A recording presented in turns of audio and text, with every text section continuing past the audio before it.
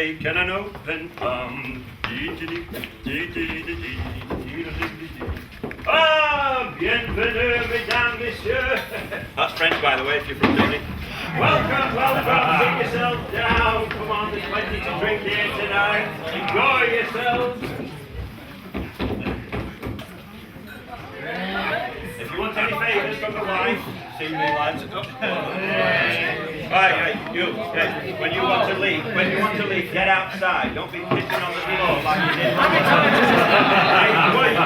First down. It's been cold. It's black down. All right. Do you like it, eh? It's not a bad little place, is it? Who'd have thought that I, Planchet, would get to be a reputable businessman, eh? Well, hey, so I am. Proud owner of this establishment, thanks to His Majesty, King Louis XIV. Well, actually, one of the King Louis. Paid for my silence, I was. That's good money down the drain, then. The wife, wonderful lady. Delight of my days. Delight of my nights, of course. Mon Dieu, what a woman. Planchet, you're going to waste time all night chattering. Come on. Give us a story, Planchet. All right. Saturday night, story night. Did I ever tell you about the siege of La Rochelle? Yes.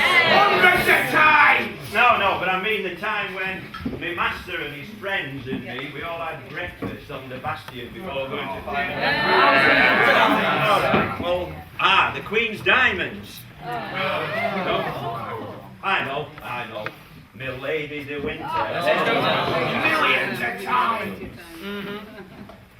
Well, how about the man in the iron mask? I think I've heard a story about a man in a mask before. Oh, everybody's heard a version of the story, but how many of you have heard the true story, eh? From one that knows. Repeat it.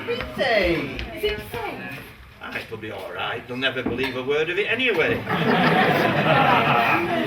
Ladies and gentlemen and friends of my husband, fill your glasses, make your wills, and prepare yourself for the true story of The Man in the Iron Mask!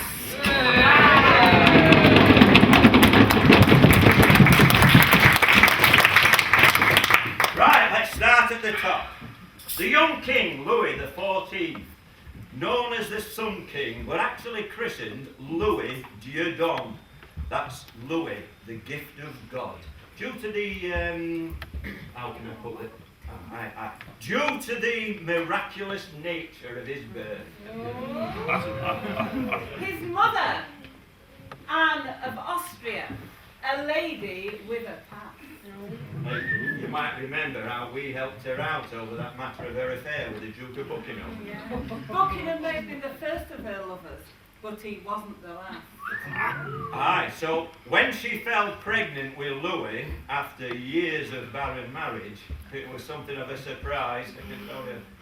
Charitable folk put it down to the holy intercession of her friend, Cardinal Mazarin. And uncharitable folk put it down to unholy intercourse with her. Or other dashing and holy folk. Anne's husband, the good king, Louis XIII, he died when Anne's son were only 5 years old. Anne became regent.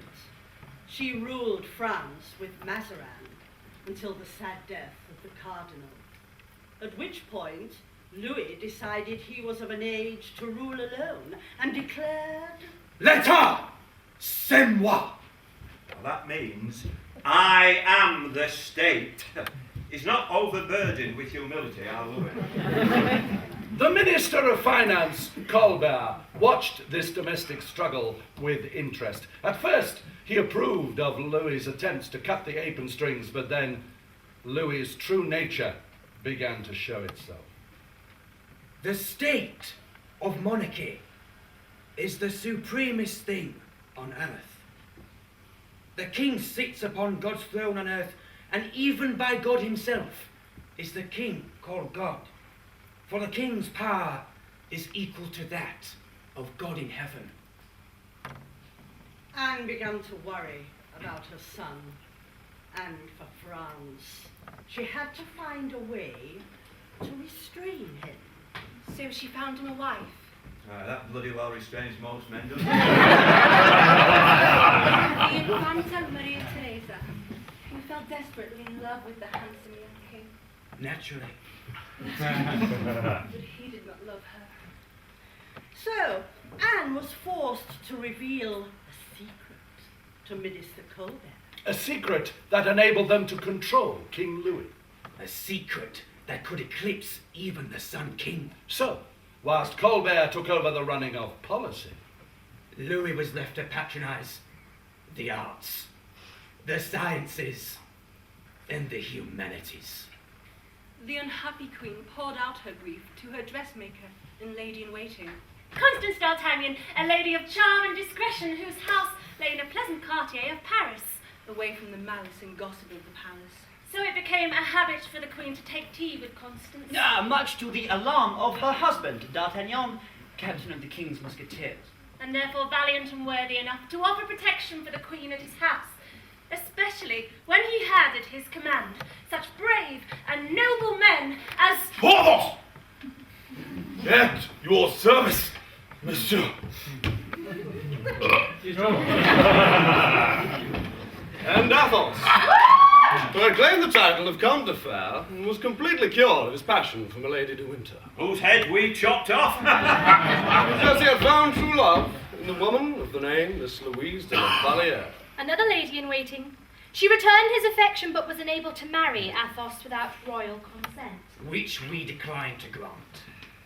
And Aramis, who had fulfilled his ambition and taken holy orders as Bishop of Varennes and confessor to the Queen Mother. So we need always be close. Aramis played a significant part in court life and was well on his way to becoming a leading politician. Although he often longed for the carefree days when he was once one of the 4 musketeers. All for one and one for all. The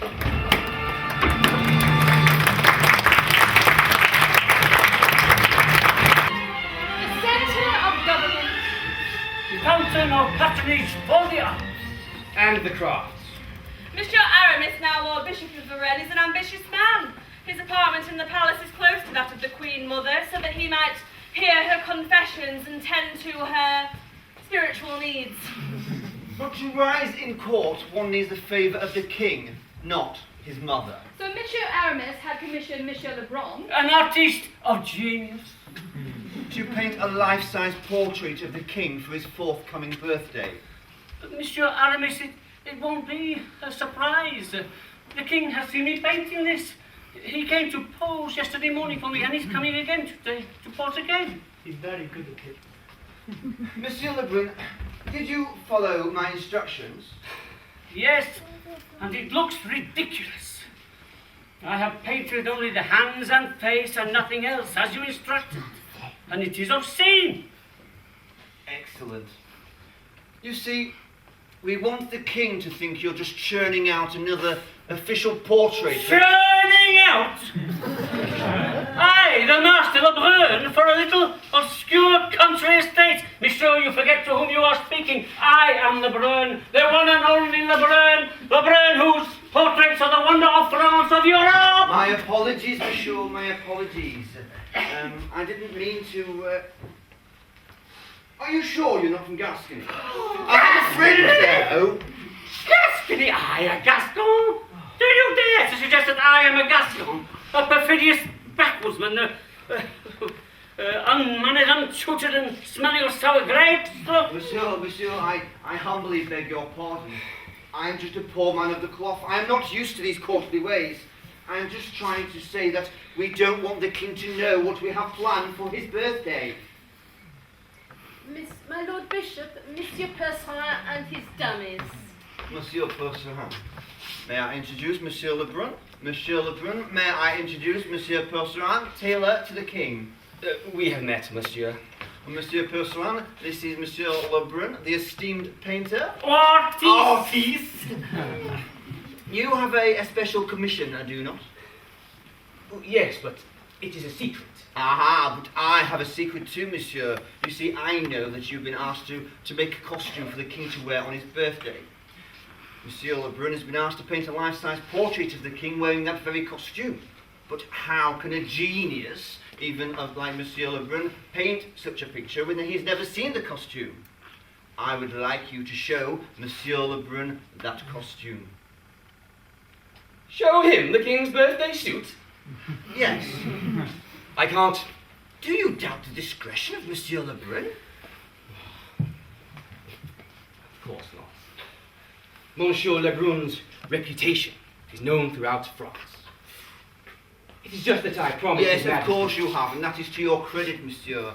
We'll say no more about it. We shall just have to tell His Majesty that his birthday surprise was spoilt by the understandable, if not exaggerated, delicacies of Monsieur Purcell. What? Spoil? What? The king's pleasure? Oh no, monsieur. You cannot say. I wouldn't dream of the king's pleasure spoiled by me. Oh, mon Dieu, what would become of me? So you will show Monsieur Lebrun the costume? Of course. Only if he promises not to splatter paint all over it. Splatter paint? I, the Master Lebrun, never splatter paint. Who do you think I am, monsieur? Some infant finger painting the walls? Well, actually, since you mentioned it. Gentlemen, please. We have to remember that this is to please His Majesty.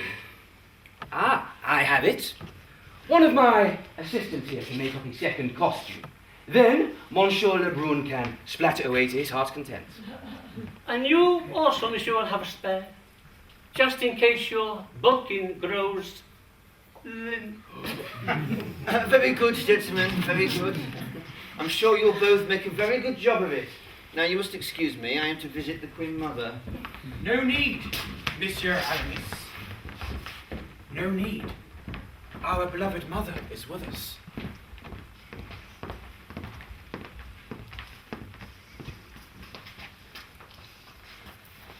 Nonetheless, Monsieur Aramis, we are glad to see you. Since you are the Bishop of Rennes, you can offer us advice on a new policy we are minded to take. Your Majesty, I think you should consider this matter further. So, you're still with us, I see, Monsieur Colbert. We thought we had given you our royal permission to depart. Forgive me, Your Majesty. I just wanted to make sure that I'd heard Your Majesty correctly. It is a simple matter, Colbert. Revoke the Edict of Nantes. And end toleration of Your Majesty's Protestant subjects. My son, consider this further, I beg of you. This will plunge France into civil war again. Monsieur Colbert, we are a Catholic. Therefore, our subjects must also be Catholic. If they do not follow our religion, they do not follow our wishes. And if they do not follow our wishes, then they are traitors, and we do not countenance treason. But Your Majesty... Enough! Well, Monsieur Lebrun, how goes my portrait? Very well, Your Majesty. Given such a subject as Your Majesty, the paint practically applies itself to the canvas. Indeed. Are my features then so common that they can be copied with such ease? No. I didn't mean that, Your Majesty. I merely meant that as Your Majesty is nature's work of art, then naturally you inspire other works of art. Indeed. It is as Monsieur Lebrun says. Everywhere Your Majesty goes, he has a royal shadow or twin. An interesting idea, Monsieur Colbert, but alas, impossible. Upon reflection, I will give further thought to revoking the Edict of Nantes. Perhaps you'll be so good to advise me of this later. Your Majesty knows that I am yours to command, by Your Majesty's leave. Yes. Yes, leave us. In fact, all of you leave us. We wish to be alone. Except for Mademoiselle de la Vallière. We would like you to stay with us. Mademoiselle de la Vallière, come here. Stand beside me.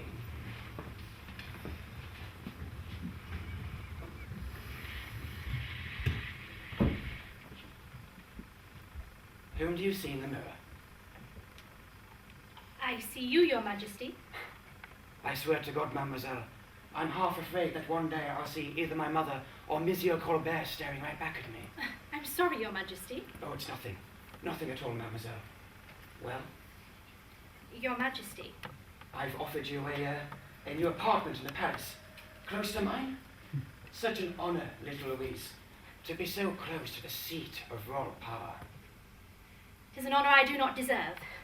Well, I'm sure you'll find a way to, Mademoiselle de la Valliere wishes to decline your generous offer. Madame, Your Majesty will excuse me, I'm sure. Is our mother going deaf in our dotage? We told you to leave. Take care, Louis, you do not push me too far. Remember that. Not you as well. How long are you and Colbert going to keep this shadow hanging over me? You will not allow me to make a single important decision. Am I the king, or am I not? I'm only trying to save you from yourself.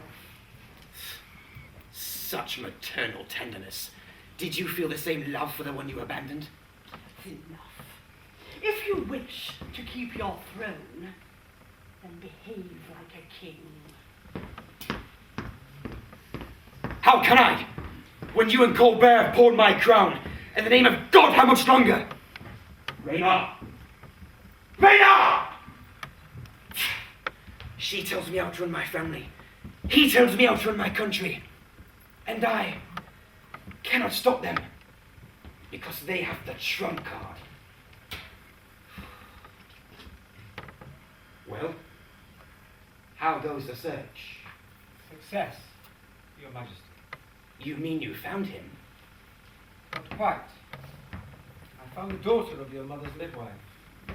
The old woman died and the girl married, so it took a while to trace her. We do not employ you for storytelling, Reynard.